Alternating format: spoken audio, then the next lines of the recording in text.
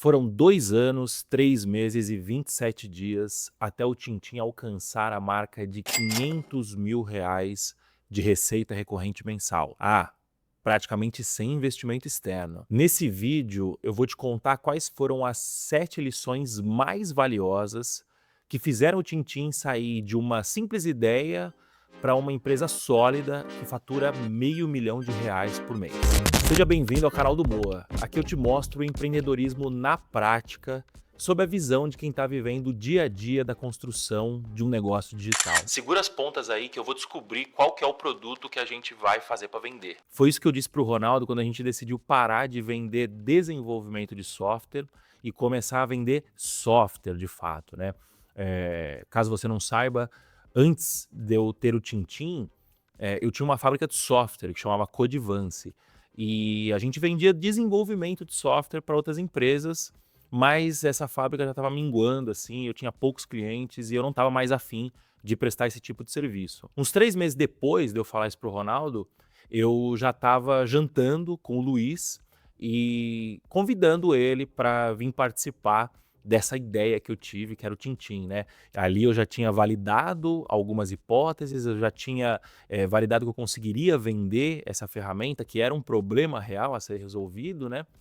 E eu já estava começando a ter os meus primeiros suportes ali, e eu falei, não existe pessoa melhor para eu chamar do que o Luiz, que já tinha trabalhado ali do meu lado, era meu braço direito na DevPro durante os últimos 2 anos. Isso foi no segundo semestre de 2022. Aí agora você corta para 2025, mais precisamente 28 de abril de 2025. 2 anos, 3 meses e 27 dias depois do lançamento oficial do Tintim, subiu a seguinte mensagem lá no nosso canal de reporte de métricas no Discord. Estamos terminando o dia com R$ 500.278,38 de MRR e um total de 1.234 clientes ativos. Conseguimos, né? Conquistamos esse marco, R$ 500.000 de receita recorrente mensal, R$ 500.000 de receita recorrente mensal, né? O Tintim saiu de uma simples ideia para uma empresa de verdade, com faturamento de verdade, com clientes de verdade, com funcionários de verdade. É muito louco pensar que a gente conseguiu esse resultado tão rápido e praticamente sem dinheiro externo, né?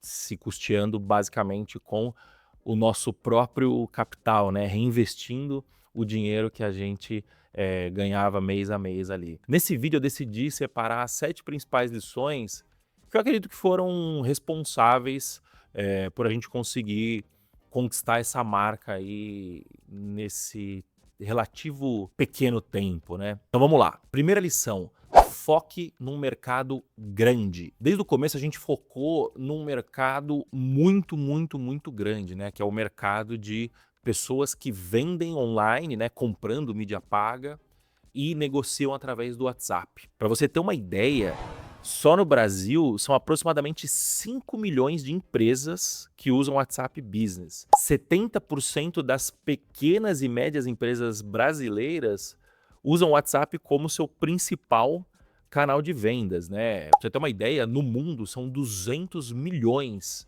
de WhatsApp Business conectados, de contas de WhatsApp Business, né? Mais um dado para você: 83% dos brasileiros já utilizaram o WhatsApp para comprar alguma coisa, né?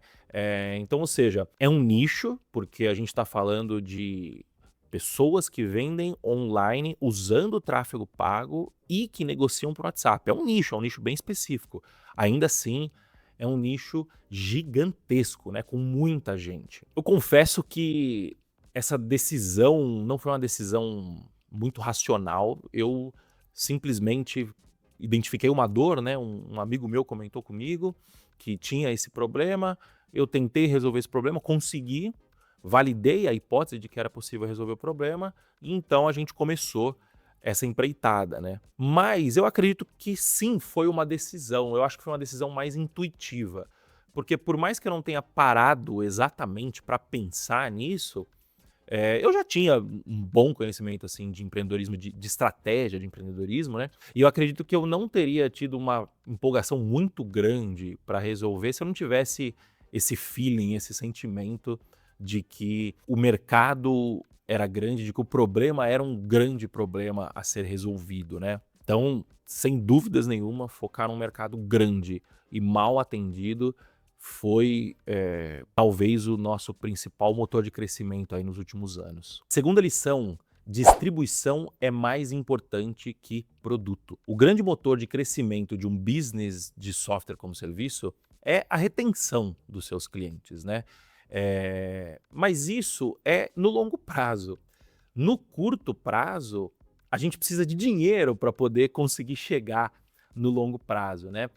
Então, se no longo prazo a gente fala de retenção, no curto prazo a gente fala de venda, venda, venda, venda e venda. É essa venda que coloca dinheiro no nosso caixa para poder sustentar o nosso crescimento, né? E aqui, essa sim foi uma decisão 100% racional. Enquanto a decisão de escolher um mercado grande foi mais intuitiva, essa eu pensei detalhadamente e eu sabia que a gente precisava ter essa mentalidade desde o dia zero de empresa. E é bom um disclaimer aqui, né? Quando eu falo que a distribuição é mais importante que o produto, eu não estou falando que o produto não é importante, o produto é importante, tá? Mas o que a gente fez aqui especificamente foi se certificar que o core do produto funcionava, né? Então eu garanti que o produto resolvia de fato a dor do meu cliente e a partir disso, com essa garantia em mãos, eu falei, bom, eu vou focar agora em criar a nossa máquina de atração e conversão de demanda, né? Eu vou deixar tudo o que for adjacente ao produto, né? Tudo que for os penduricalhos do produto, digamos assim, eu não vou focar nisso agora. Eu vou focar simplesmente em vender. E aí a gente focou, né? A gente escolheu um canal, um e apenas um canal, que no nosso caso era tráfego pago, e a gente se dedicou a ficar muito, muito, muito, muito bom nesse canal. A gente conseguiu criar uma máquina relativamente robusta de marketing e vendas, e é essa máquina que garante o nosso crescimento, né? Que sustenta o crescimento que a gente tem hoje, que é mais de 300% se a gente coloca ano contra ano. Terceira lição: foco absoluto. Essa eu acho que é uma das lições mais relevantes, porque é preciso muita disciplina para você focar no que é realmente importante e ignorar o que não é importante. Eu sou uma pessoa mais ou menos perfeccionista, eu sou muito exigente, né? E é muito difícil você, com essa característica, olhar para o que não é essencial e deliberadamente negligenciar o que não é essencial, né? Eu quero que tudo esteja muito, muito, muito bom o tempo inteiro. E quando a gente está num cenário de escassez de recurso, e aí eu estou falando de dinheiro, eu estou falando de pessoas, eu estou falando de tempo. Quando a gente está nesse cenário de escassez, a gente precisa parar, sentar, refletir e escolher o que é o nosso 80-20, né? Qual que é o Pareto do nosso contexto, focar nos 20% que vão trazer os 80% do resultado e ignorar os 80%. É muito difícil fazer isso. Pode até parecer óbvio, né? Tipo assim, é muito fácil você ignorar oportunidades ruins, sabe? Não é difícil. O difícil é você ignorar oportunidades que são boas, mas que não são ótimas. Isso é muito difícil de fazer, né? A gente flertou com produzir infoproduto, a gente flertou com fazer parceria e vender outros softwares na nossa base, a gente flertou com desenvolver outro produto para vender para nossa base, a gente flertou várias vezes com várias ideias diferentes e no final do dia a gente parava, pensava e falava, não, vamos seguir fazendo o que a gente está fazendo, porque a gente acredita que ainda tem muito valor para ser capturado aqui. Acho que o maior aprendizado aqui é que não tem nada mais caro para um empresário, para um empreendedor, do que fazer a coisa certa, só que na hora errada. Eu tenho certeza absoluta que a gente vai rever essas ideias que eu citei antes, né? Muito provavelmente a gente vai executar várias delas ao longo do nosso futuro, mas no momento certo. Porque aqui o problema não é nem perder dinheiro tentando fazer alguma coisa nova, né? O problema é a falta de foco. Quanto custa você deixar de investir no crescimento de algo que está dando certo?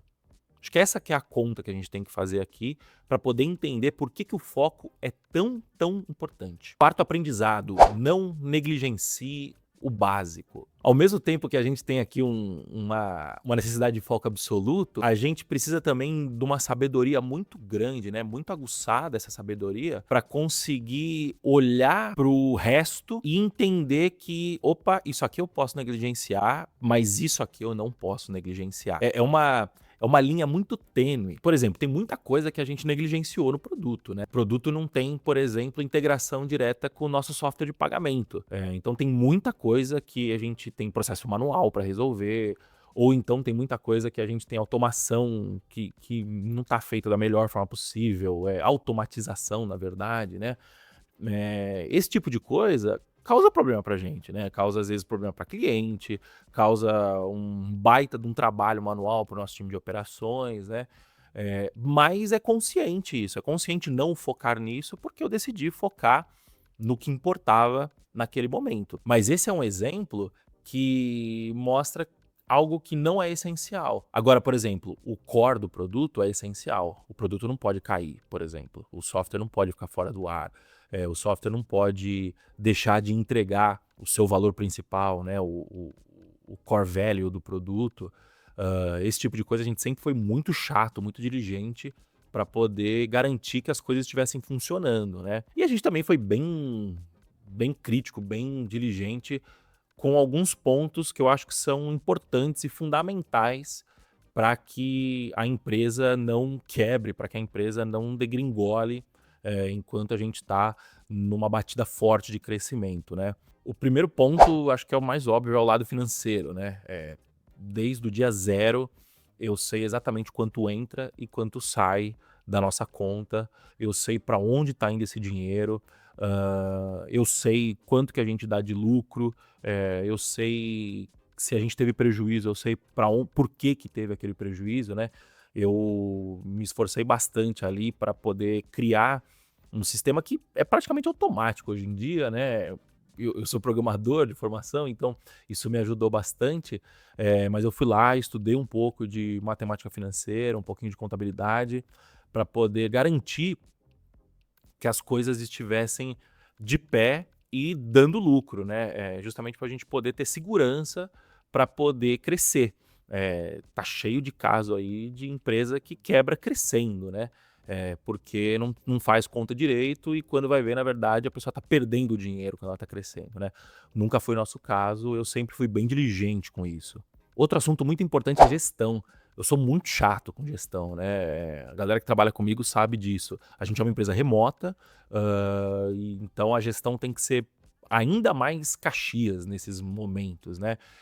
Então eu tenho na ponta da língua CAC, LTV, MRR, novo MRR, quantidade de clientes ativos, NPS da plataforma, CSAT do suporte, a quantidade de atendimentos do suporte, os motivos de atendimento, enfim, uma porrada de métricas, quantidade de vendas, quantidade de novo MRR por semana. A gente tem tudo na ponta da língua, né?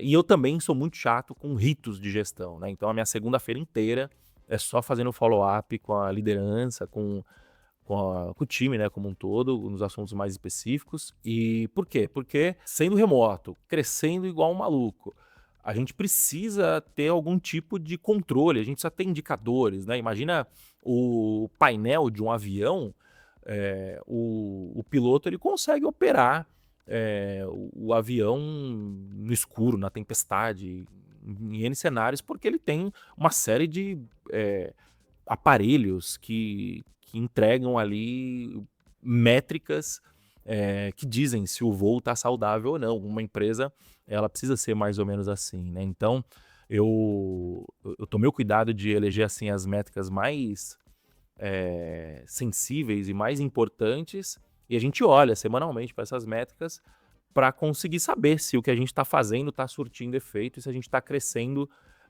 do jeito certo, né? Não adianta só crescer. E outro ponto muito importante que eu acho que o empresário de primeira viagem talvez acabe não dando a devida atenção é cultura.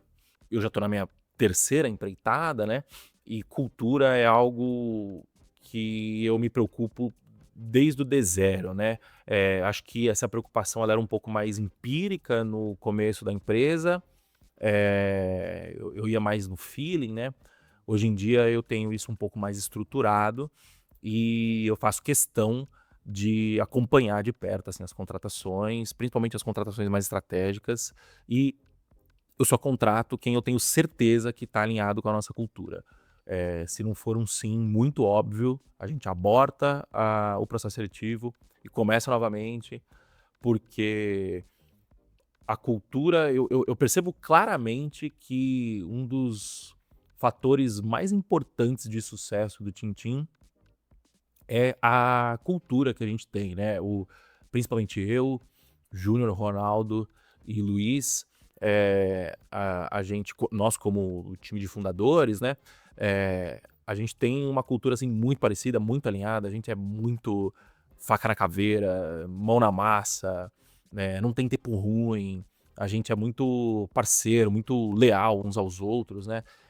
E a gente faz o possível para que o time reflita essas características, né? E eu tento deliberadamente testar e validar isso nas entrevistas de emprego, né? Eu acho que a cultura talvez seja o principal motor de uma empresa, que uma empresa no final do dia é composta por pessoas, né? Quinta lição: mantenha o seu time enxuto. Bom, aqui não foi nada muito estratégico, né? Que na real a gente nunca teve muito dinheiro. Então era uma questão de sobrevivência manter o time enxuto, né? Eu acho que um dos grandes acertos do Tintim foi a gente ter começado com um founding team ali bem full stack, bem mão na massa, né? O nosso time técnico, o nosso time de fundadores tinha uma pessoa que entendia de marketing, que era eu, uma pessoa que entendia de tecnologia, que era o Ronaldo, uma pessoa que entendia de operações, atendimento, que era o Luiz, uma pessoa que entendia de vendas, que era o Júnior. Então a gente sempre foi bastante mão na massa mesmo, né? E acho que a gente levou a empresa até uns 100 mil de MRR só praticamente nós quatro, né? Talvez algumas pessoas ali ajudando. Acho que as pessoas além ali do time técnico começaram a chegar mais ou menos nessa época, né? Então isso é bem importante para a gente conseguir otimizar recurso. No fim do dia a gente está falando de otimização de recurso. E o que significa, né, você ter um time enxuto na prática?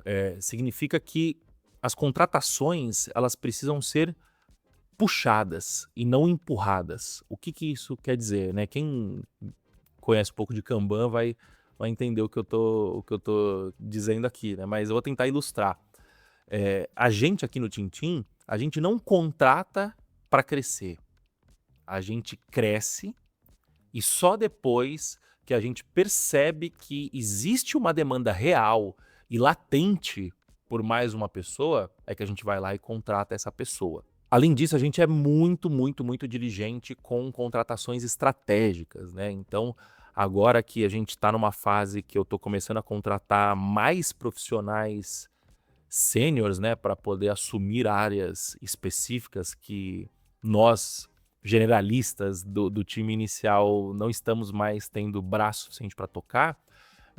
Nessa etapa, eu estou sendo muito diligente, muito criterioso para contratar essas pessoas, né? Eu sempre conto com a ajuda de consultores para poder fazer essas contratações. Eu examino muito bem, eu defino muito bem a vaga. Na hora da entrevista, eu estresso bastante questões técnicas, questões culturais também, justamente para garantir que a gente não vai errar e para garantir que a gente vai acertar, né? Não errar é uma coisa, acertar ali na mosca, eu acho que é o mais importante.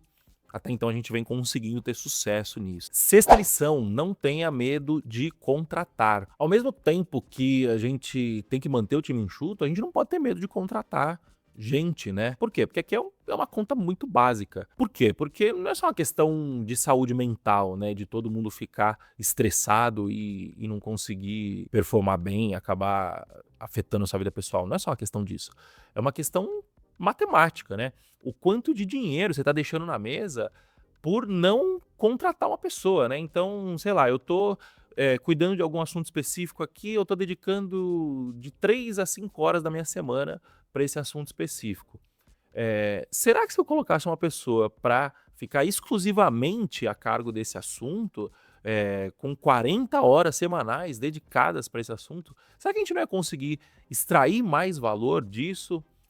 Um valor, inclusive, que compense essa economia que a gente está fazendo, concentrando várias tarefas numa pessoa só, várias responsabilidades numa pessoa só. Eu gosto muito dos conteúdos da V4, né? A V4 é uma parceira nossa, inclusive, aqui no Tintim. Eu gosto muito dos conteúdos dele, dos podcasts, do Roy Hunters. Eu gosto bastante do canal do Denner também, que é o CEO da V4. E ele tem um vídeo que eu vou colocar na descrição aqui, inclusive, que ele fala que um CEO, ele não tem que ser bom em fazer, ele tem que ser bom em gerir. O papel do CEO, no fim do dia, é alocar recurso, né? É você pegar um recurso, no nosso caso é um recurso próprio, por enquanto, né? E alocar esse recurso em pessoas, em tecnologia, em mídia, para transformar esse recurso, né? Para multiplicar esse recurso por 2, por 3, por 10, por 100, né? Esse é o papel do CEO. É claro, né? Eu ainda coloco muito a mão na massa em muita coisa, bem menos do que antes, mas a gente precisa ir evoluindo para cada vez menos eu colocar a mão na massa, para cada vez menos a camada de liderança colocar a mão na massa, né? É assim, a empresa vai crescendo para cima, né? É assim que tem que ser. E eu sei que você pensa, né? Você fala assim, mas a pessoa não vai fazer tão bem quanto eu faço, né? Então, eu tenho 2 recadinhos para você, né? Primeiro, pasme, existem pessoas melhores que você no mercado.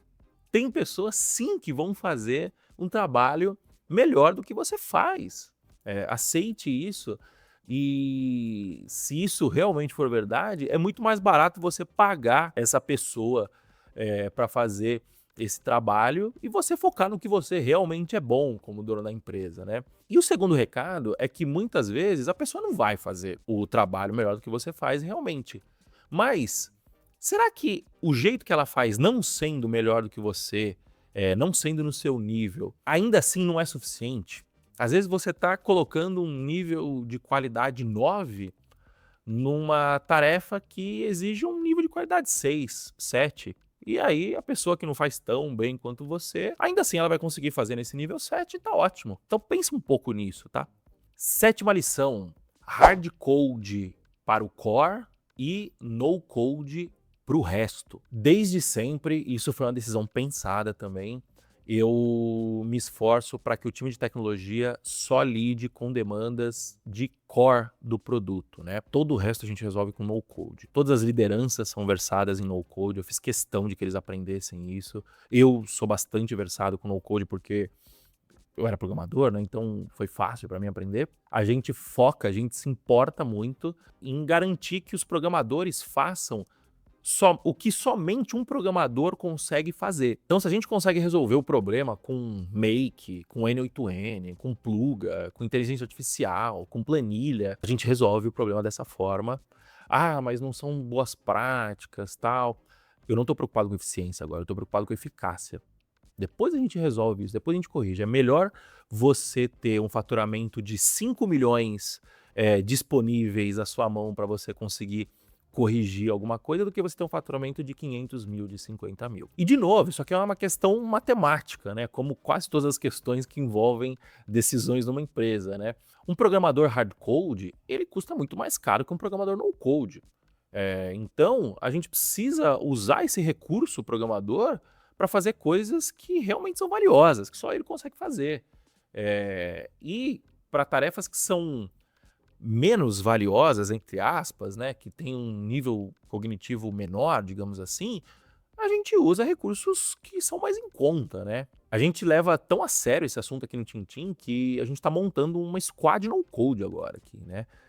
Então a gente tem a nossa squad hard code, vamos montar uma squad no code agora para poder começar a dar vazão, inclusive a desenvolvimentos de produto que podem ser feitos com no code. E aí a gente deixa só o core, só o núcleo do produto na mão do time hard code. E é isso, meu caro espectador. Quais são os próximos passos agora, né? A gente conseguiu conquistar essa marca de 500 mil de MRR, uma marca muito emblemática, né? A gente ainda está muito longe do que a gente quer alcançar, mas sem dúvida nenhuma a gente tem que comemorar esse feito, é um feito em tanto, ainda mais nesse tempo curto que ele foi alcançado, né? E a gente vai comemorar, pode ficar tranquilo. Os próximos passos a gente está colocando a casa em ordem agora, né? Esse crescimento rápido ele tem um custo, esse custo ele está começando a ser cobrado agora, né? Normal, esperado, era planejado isso, colocando a casa em ordem, arrumando alguns processos, deixando as coisas mais azeitadas para poder dar uma próxima pernada aí e faturar 1 milhão, 2 milhões, 5 milhões, 10 milhões de MRR. Esses são os nossos objetivos aí para os próximos anos, tá bom? E além disso, seguir fazendo o que a gente vem fazendo de melhor, né? No fim do dia, isso aqui é uma maratona, né? E não um sprint. Então a gente tem que ter a disciplina de fazer um feijão com arroz bem feitinho. Acho que esse é o segredo. Muito obrigado por chegar até aqui, muito prazer. Eu sou o Moacir Moda, eu trabalho com internet há mais de 15 anos. Eu abri o meu primeiro CNPJ há 10 anos atrás e hoje eu empreendo com o Tintim, que é um software que ajuda pequenas e médias empresas a venderem mais através da internet. Aqui no canal do Moa eu compartilho os bastidores da minha empresa, né?